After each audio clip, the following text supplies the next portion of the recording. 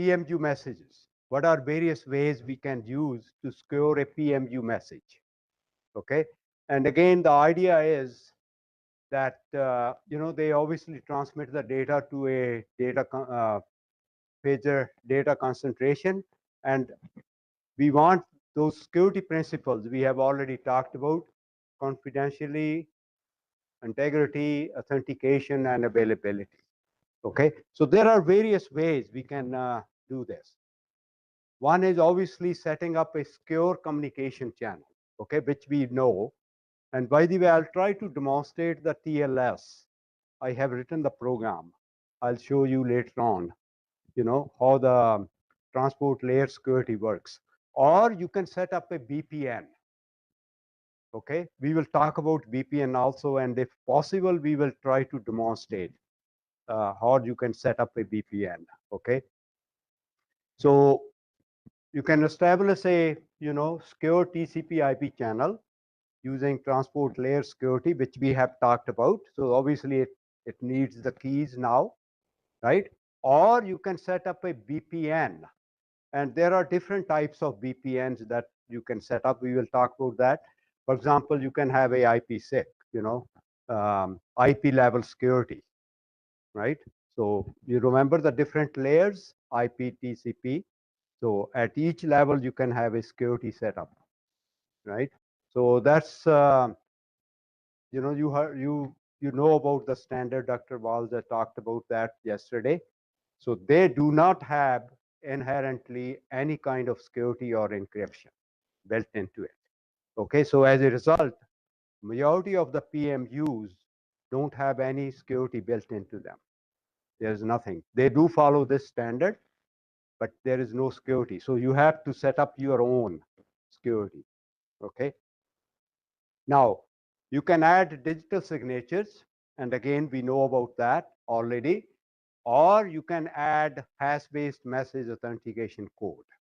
Okay, so hashing you can do. That's a lower level of security, but still better than nothing. You can do that. Okay, so digital signature. So obviously, you have to set up your public key infrastructure. Okay, another one is using the certificates, right? Mutual authentication. So all those methods we talked about, different ways, you can actually include it in the PMU. Okay, so PMU and PDC will authenticate each other, right? So using the pre-shared keys, right? Or they will do the handshake and then encrypt the data using the pre-shared keys, right? So we did talk about that also. Another one is, again, better than nothing is the time stamp validation, right? So because the data is time sensitive, it's obviously, to ensure accurate and secure. So we use GPS or this IEEE 1588 standard for synchronization. Okay, so you can validate timestamp freshness to avoid the replay attack at least, right? Unless the, as you were discussing, unless the attacker is very sophisticated and they are able to even change the timestamp. Okay, but at least if it is a replay attack, hopefully they're dumb enough that they are replaying this old message again and again, and timestamp is also old. So you can then verify that timestamp hasn't changed, right? So at least something. So remember, you have to remember one thing. This is a defense in depth principle. Okay, there is no single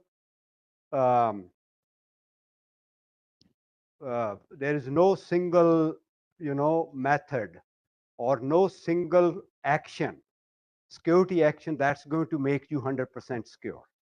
You have to take multiple actions. You have to do those, right? So this could be one of the actions. Okay, it may not provide you 100% security. Okay, actually nothing provides you 100% security. Okay, you are trying to make things difficult for the attacker and also trying to identify whether attack has happened. So this is one example of that. Okay, if a replay happens, attack happens, and the attacker is not smart, they didn't change the timestamp, you can use that there is a replay attack, right? So this is just an example of that. And then obviously firewalling and access control. You can implement byte listing to PDC. Okay, and we will talk more about that in when we talk about IC 62443 standard. Okay, so you can have the PDC to only accept the signals or the data from known PMQs. Okay, and it could be right. So you could have firewalls and network access control lists. That's again may not give you 100% security, but will give you some security, right? And then another one is encryption at rest. Okay, because PMU data, it stores temporarily or in the PDC also, it data is stored. So obviously then you should do the encryption for that data. So both data in transit as well as data at rest should be protected. Okay. And then there is another one that you can use is for replay protection is the sequence numbers. Okay, or timestamps we already talked about. Okay, so just a quick thing I thought, because you were talking about the PMUs, I thought I better give you some idea how to secure the data. So what technology you will use? The standard is obviously plus the TLC, TLS that we talked about. Okay, IC, we talked about this standard. Okay, so that's how you can secure that. And then OpenPDC, synchrophaser software. Okay, you can add secure extensions to that. Okay, and then secure credential management system if you are integrating into the smart grid infrastructure, because those type of management systems are now available on there. Okay, just a quick overview of what you can do with your PMU message. Okay, any questions on that? Because I'm going to move on to the next 62443 standard after that. Okay, I think technologies you are already familiar. We had already talked about some of these technologies, right? Okay. Okay. So I need help now. Where is my directory? Okay, yeah, perfect. You got it. No, no. November 26th. I'll do it. Yeah.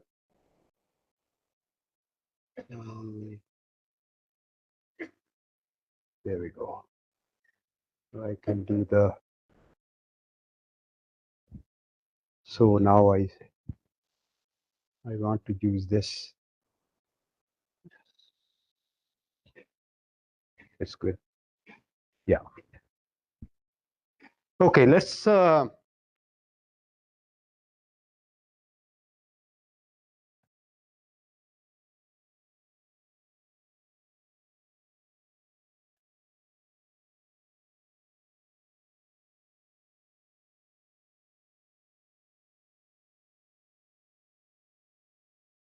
okay. Let's talk about the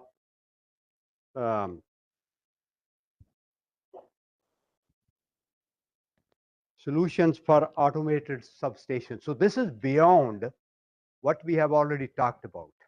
Okay, the TLS and the keys and digital signatures and digital certificates. These are some of the strategies that you can use in the power. So this is actually, although the title says automated substation, but it's actually for the entire power system.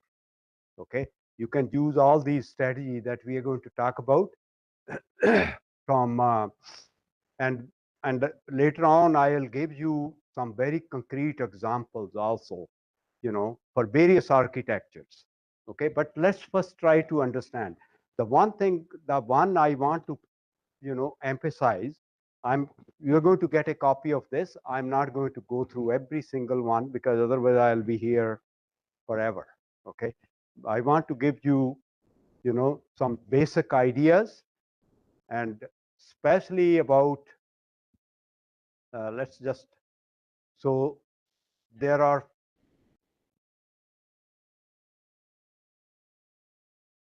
so this one and this one and this one, module 4, 5, 6, I will concentrate on.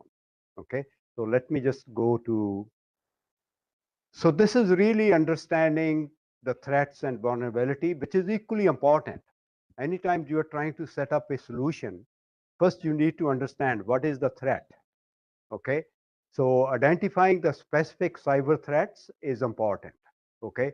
And then you need to analyze the vulnerabilities in all your equipment, IDs, substation automation system, and so on.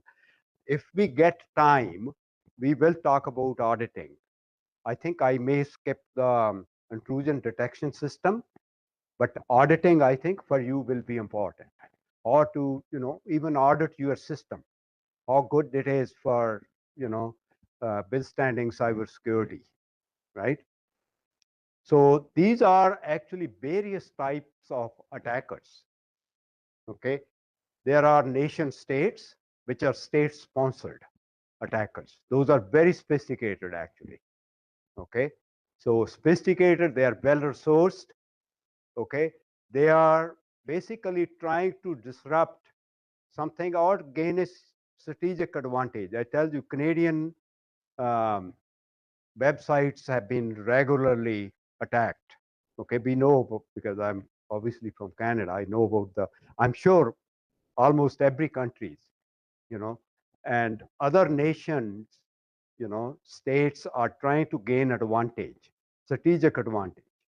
It may be intellectual property, it may be technology, it may be, some of those things, right? Even knowing the secrets, right? So that's one. The other one is cyber criminals, which are mainly motivated by the financial gain. And they will use ransomware majority of the time. And there have been so many cases where they use ransomware. And right. And then there are terrorists who want to make some type of political statements, or, they have that purpose, right? And believe it or not, insider threats, that's actually quite a bit. The employees or contractors who have a knowledge and the access, and somehow they become disgruntled. And actually, for them, it's very, very easy to do this kind of thing, right? Because they have the access, they have the knowledge about your system, they can do that, right? And then what we call script kiddies, okay? Those are basically less sophisticated, they exploit the known unpatched vulnerabilities. They are not really, they are not very sophisticated criminals. They, for example, the unpatched vulnerabilities are known. You know what one, and if you didn't patch it, right? So obviously then it's open for criminals, right? So those are again the common, actors and threats, and obviously we have to protect against all these, right? Not only one. Okay. So what is generally the issues? Okay, we can default credentials. We talked about passwords 1, 2, 3, 4, 5. Those are again default passwords for many of the devices, or they have a weak password. Okay, and if we get time, we will talk about intrusion detection system, and there are ways of if you have a weak password, right, and even what we call dictionary passwords, the passwords which are very common, dictionary type passwords, right? For example, you may give the address of your house as a password, right? So those are again very easy to crack. Okay, when we, so it did not take much, we have done that work. It did not take much to crack a password of an IED. We were able to do it within few hours. Okay, you continuously, and if you don't have the intrusion detection system, you can't even detect it, that somebody is trying to hack into your ID and trying to figure out a password for that, right? Unpatched firmware and software, right? And this is where utilities most of the time are very lazy, and for various reasons. So they are afraid that if they change the firmware, they may fix the problem, this problem, but some other problem will happen. They don't want to change it, right? Insecure protocols, okay, lack of authentication, which many are insecure, inherently insecure. We talked about IEC 61850, which is inherently insecure, C37.118, inherently insecure, until unless you add on top of it some authentication and encryption and so on, those protocols are insecure, right? And insecure remote control mechanism, that's another thing, right? And this is again lack of secure boot firmware integrity checks. Okay, majority of the IEDs don't have that now. Okay, so every time you turn your IED on or any device on, it should actually check, right, the firmware integrity, whether the firmware or the operating system is secure or not, right?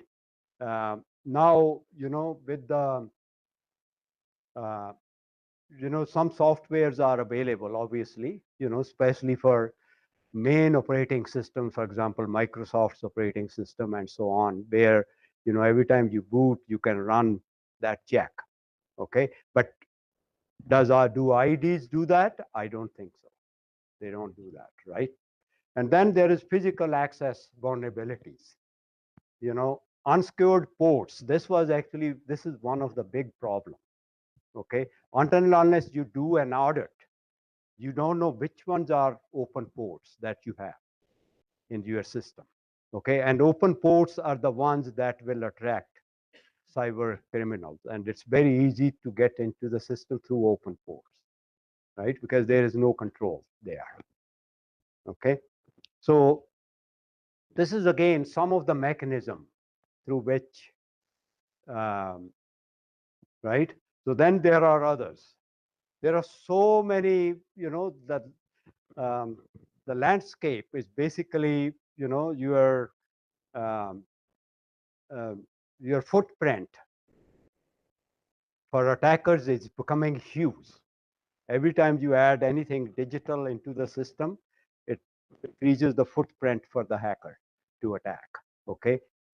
Flat network architecture, this is what we will talk about. Okay, there is no network segmentation. Okay, so you basically divide, and then once they get into, if you have a flat network, it's just one place they want to get into, and then they can go anywhere within your network if you have a flat architecture, right? Wireless communication is another one, unsecured. Okay, engineering workstations, HMI.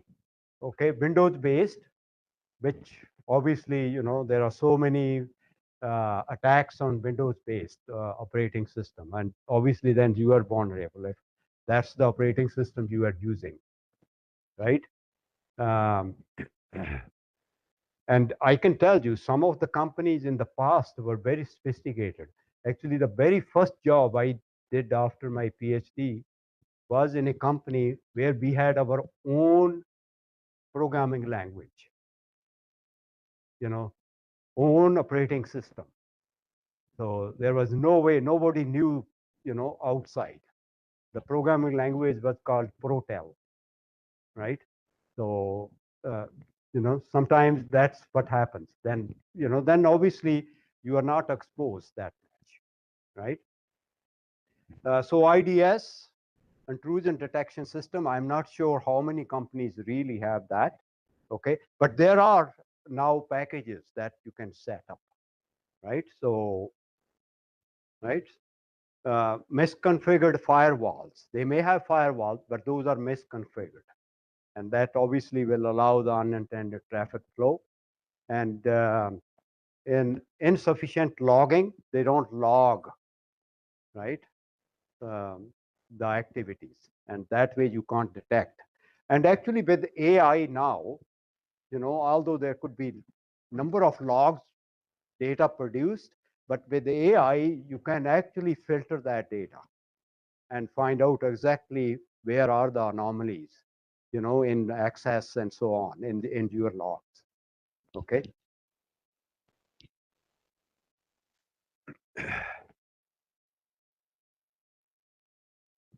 Supply chain and another one, right? And social engineering, phishing, we talked about that, right? There are, and this is another one, watering hole attacks, okay, which is compromising websites frequented by utility staff. Okay, that's how, they know utility staff is visiting, say, particular site. It could be, say, IEEE, right? Because we know that we are going there. So through that site, they can actually try to get information or pretend to be IEEE website. So then it's a phishing expedition for them, right? So those are again, right? So let's move on. So how do you build a secure foundation? That's module 3 I wanted to talk about. Okay. So again, we talked about this being a culture. Okay. Technology is there, but beyond that, it's more a culture, and you need to have practices, cybersecurity practices, as well as proper governance and policies in your company. Okay. That's equally important in addition to the technology, right? So identity and access management. Who gets access to what, and how do you identify that particular individual, right? So that type of system. And then physical security. I think utilities are pretty good in that physical security. They have, they have some in place, and awareness and training is another one. Okay. So let's just move on. So this is another one. Sometimes they don't even know their assets, right? They don't have hardware inventory. How many IEDs have they have? What is their model? What is the firmware, right? What workstations? What network switches, routers? What communication media? Until unless you know your devices, how you are going to secure that. Okay. Similarly for software and network itself, right? What tunes? What are the configuration baselines, right? So, so you can't protect what you don't know. So that's another area, having a comprehensive inventory, okay? And we talked about this, robust identification and access management, okay? So multi-factor authentication for remote access, that's the basic thing to do these days, right? And unique user accounts, no shared credentials, right? And also we talked about removing somebody who has left the company, removing their access, okay? Strong password policies, and also rotating. So those are, again, these things, sound very mundane, but defense in depth. This is really, you have to do all these things, right? Um, and then we talked about the role-based access, right? Who gets access to, but depending on their role, right? Um, Timeout for inactive sessions. That's, don't, don't, if somebody logs in, don't keep them logged in for all the time, right? Banks do that, right? After some time, they'll kick you out, right? So, and then obviously through the logs, regular periodically verify access rights are still, that's what I was talking about. When the employee leaves, they still have access. So you have to, this is the physical security. We talked about that, card readers, biometric scanners, and so on, right? Um, Awareness and training, okay? Configuration management. But let's talk about, I think what I want to do is, yeah, network security. Segmentation was the one I wanted to focus on, okay? So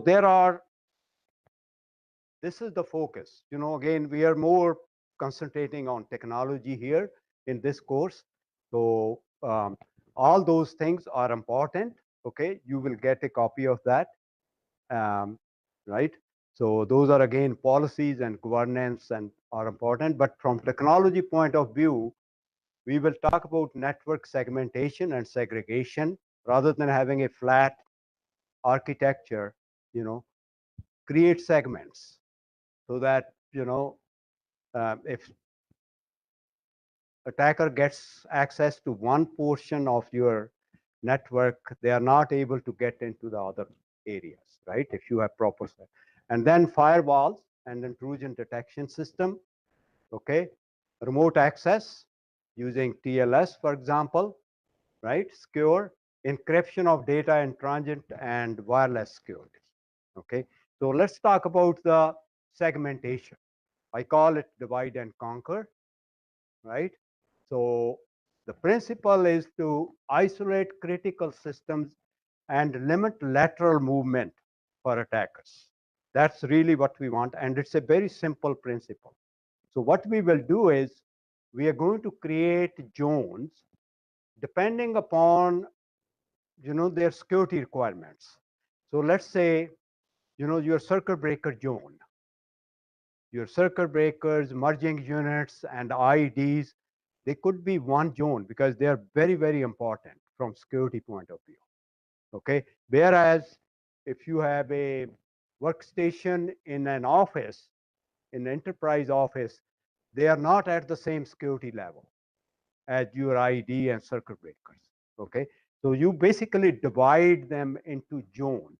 You can have a protection ID zone, you can have a SCADA HMI zone, you can have a bay level zone or a station bus zone, you can have enterprise level zone.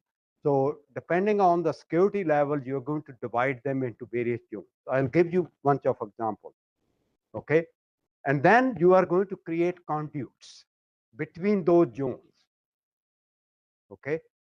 Those conduits are basically controlled communication path between zones, which will be enforced by the firewalls, okay? So those conduits will be there. And then you want to segregate IT and OT, okay?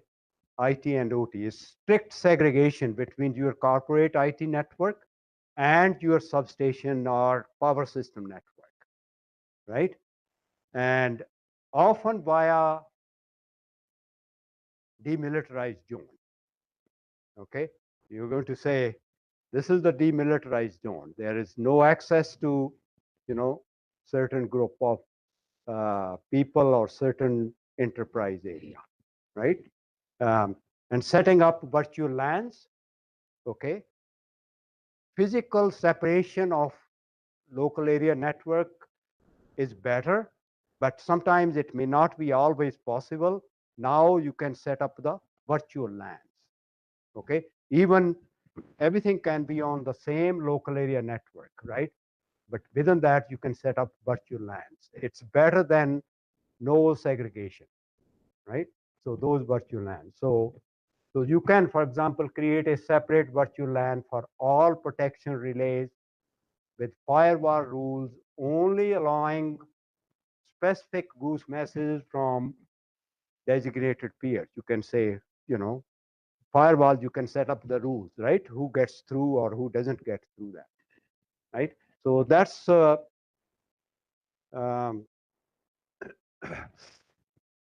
so this is again an example of utility automation zones and trust levels. So this is, you have to decide within your system what zones you want, okay? So for example, depending on the trust level, so This is obviously the public internet zone, the least trusted zone. You don't trust that zone at all. Okay, and then obviously you will go through a router or a firewall, right? And then you have your own enterprise zone, your own company's enterprise, offices and stuff like that. It's a little bit more trusted than the internet, but still not trusted. Okay, and then you have your SCADA, control system zone, okay, which is basically, demilitarized zone, right? And then the bottom one, the most critical is your substation zone, right?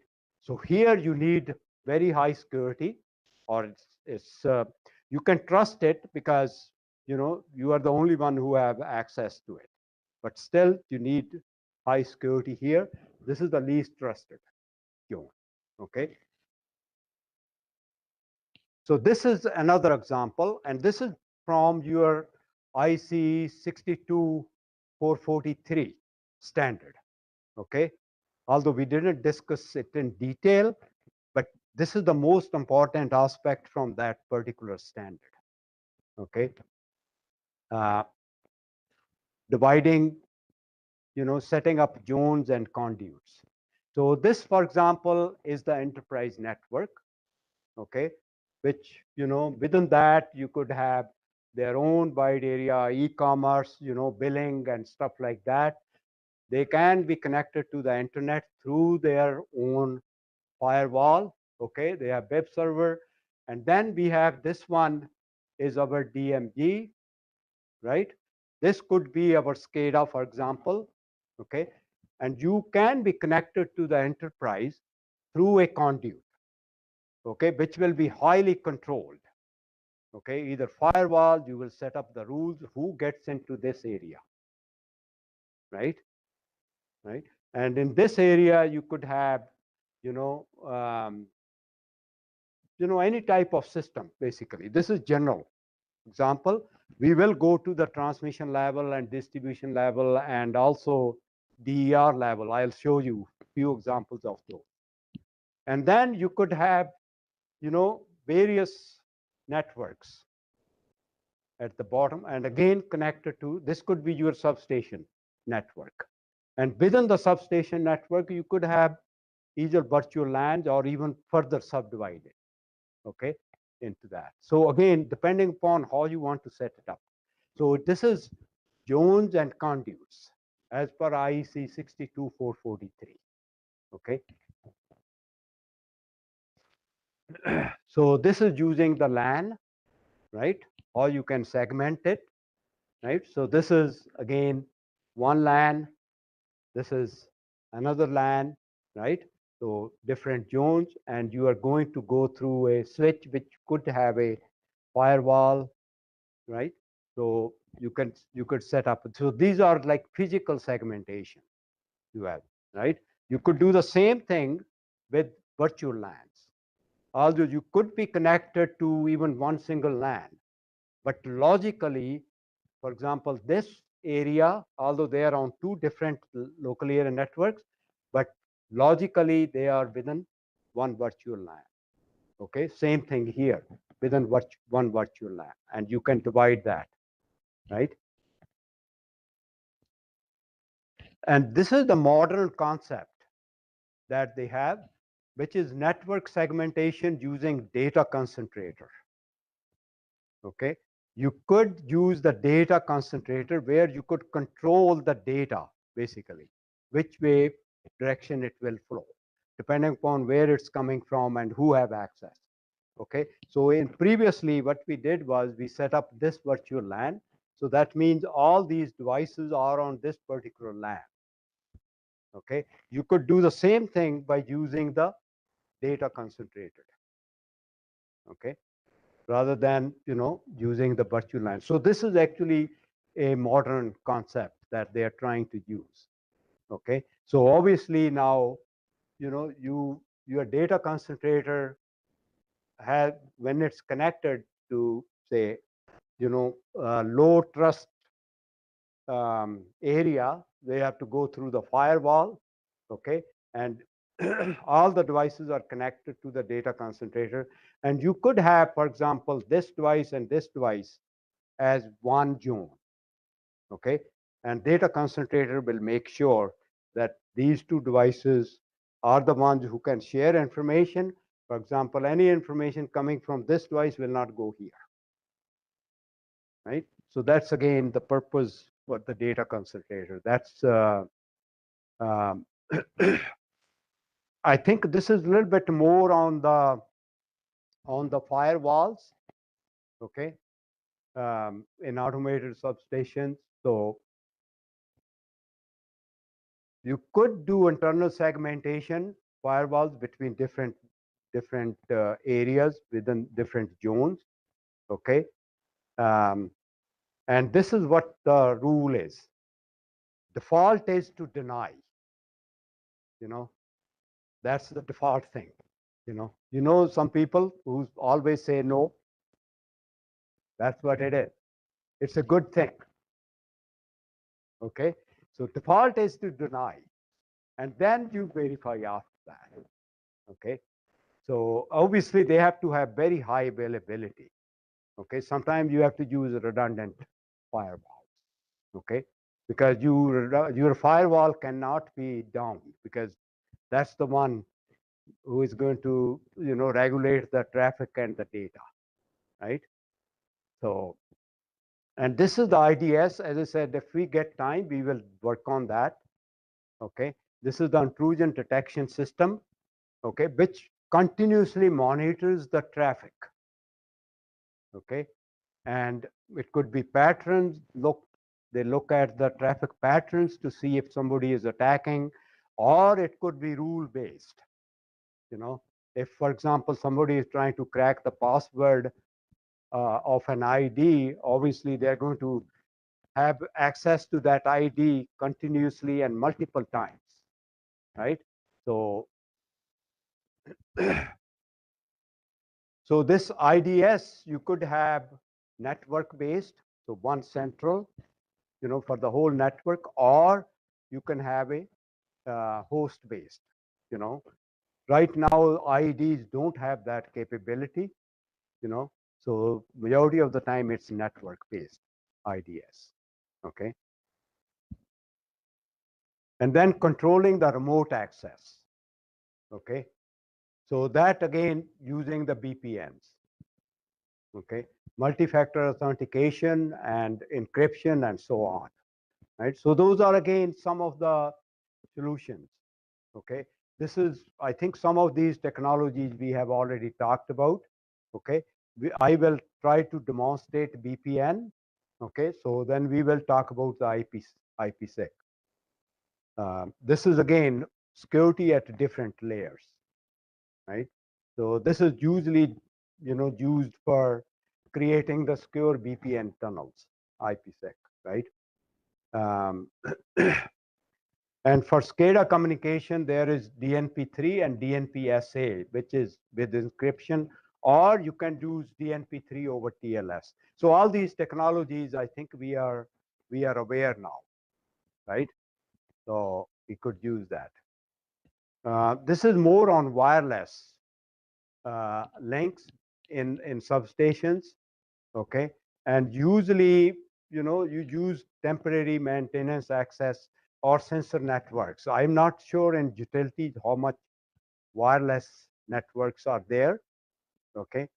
Not the same level as the wired network, obviously, right?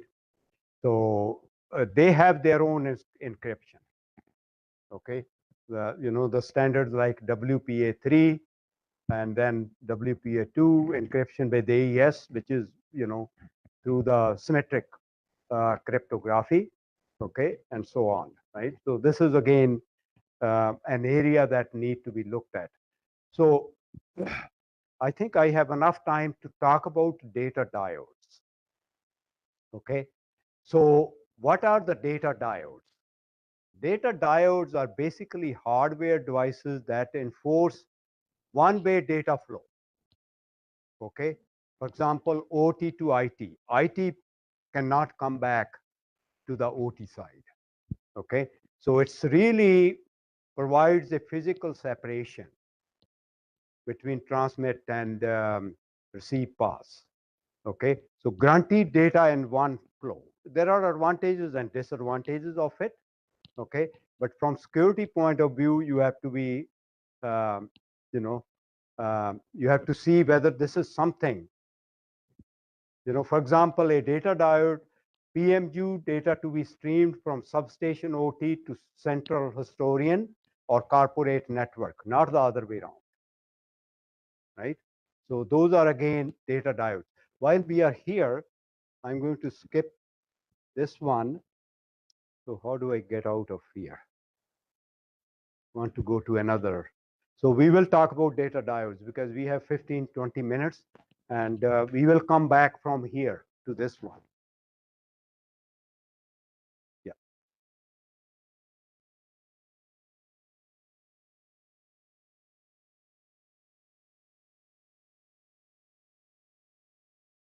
Okay.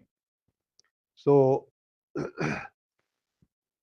this I call unconventional cybersecurity. Okay, it's not in the conventional set, but let's talk about data diodes in substation SCADA control. Okay,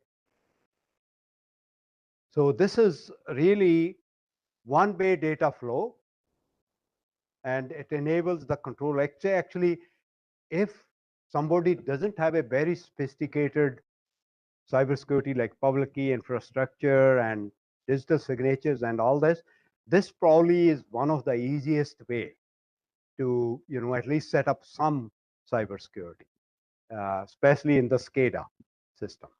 Okay, so the whole idea is to enforce physical one-way flow from the substation to SCADA. And also we will talk about some limited from SCADA to substation for control purpose. Okay, you can control. So it basically prevents remote cyber attacks from entering your OT network. Okay, and the main drawback is, I think this is not really true. SCADA can't send control commands. I'll show you there is a way for them to send control command, but it's limited. Okay, so this is the architecture. So substation to data diode to SCADA. That's it. That's one-way flow. So telemetry flows out, no command back, right? And the use case is where you want only read-only monitoring. Okay, maybe this could be used, for example, in DERs, where the utility just wants how much power DER is producing, right? So you don't want to control the DER, right? So this is again, so it's pure diode monitoring only. So data flows only in one direction, right? So this is one. So this is another one where data flows in one direction, but through secure VPN, SCADA can interact with substation in a limited way. Okay, you could have, but it does provide the physical separation between telemetry and control network, right? So, obviously there is through secure VPN, you have some authentication and, so it's a secure bidirectional functionality, something, and you could limit what SCADA can do in the substation. You could limit that also. And the third one is preloaded command queue, okay? Because there could be some substations where you basically know that there are only 10 things I am going to do, okay? And you could preload those, right? So SCADA sends curated command list via diode, okay, right? And substation selects actions, right?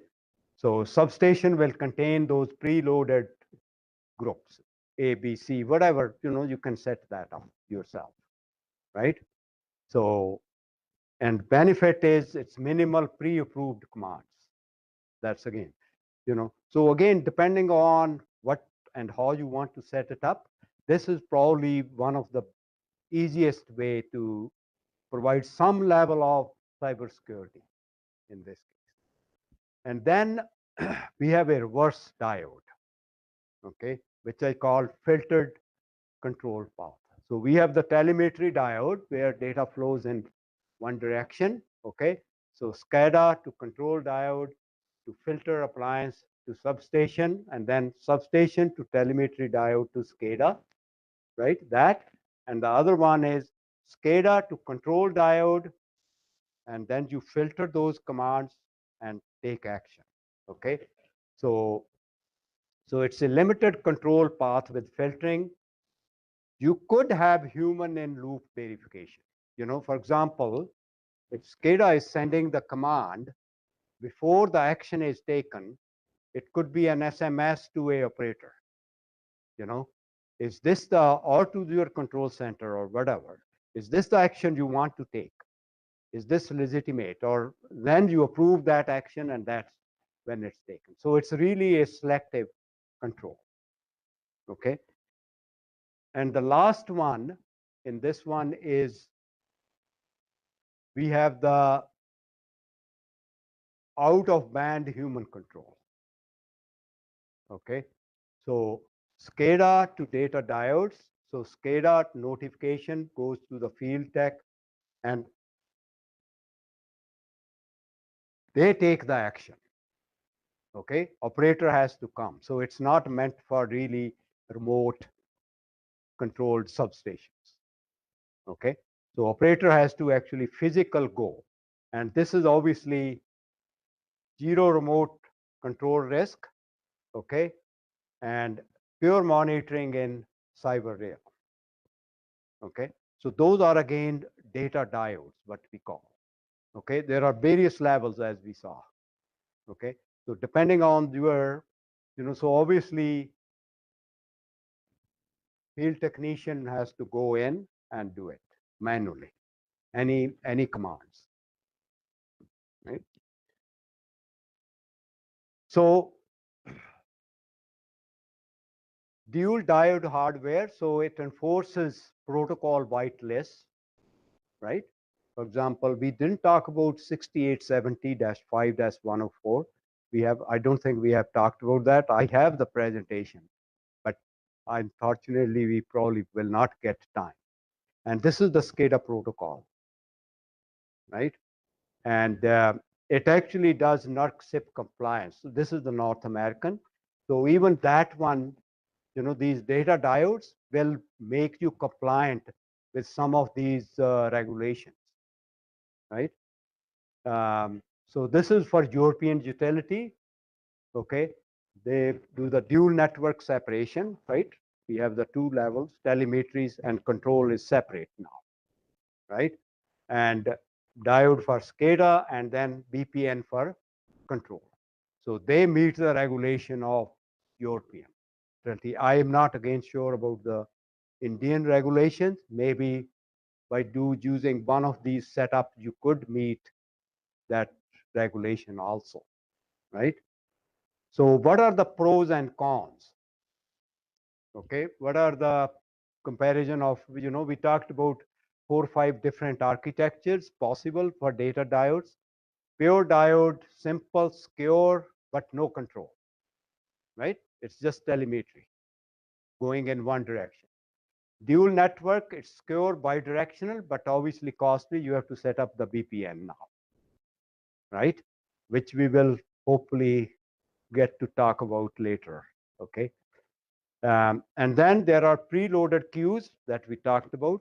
Preloaded commands are there.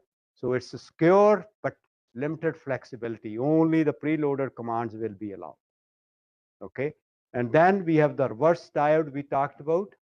Its selective control setup is complex in that case, right? The reverse diode. And the out of band is the one where the operator has to go, right? And it's the highest security, and it probably can't be done for every substation. Okay.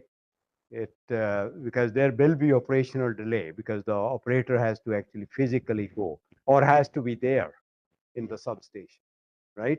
I did not talk about the software-defined networks, okay? Because I'm not sure how much concept you have of software-defined networks.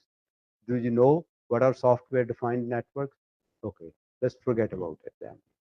We are not going to talk because that by itself, it will take me a while for me to explain what is software-defined networks.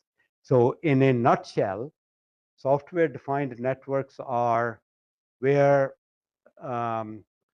rather than the switches and routers routing the information, what you do is you have actually software doing that job, and you can configure that software on the fly. You can change it. Okay, so those are software defined networks. And okay, so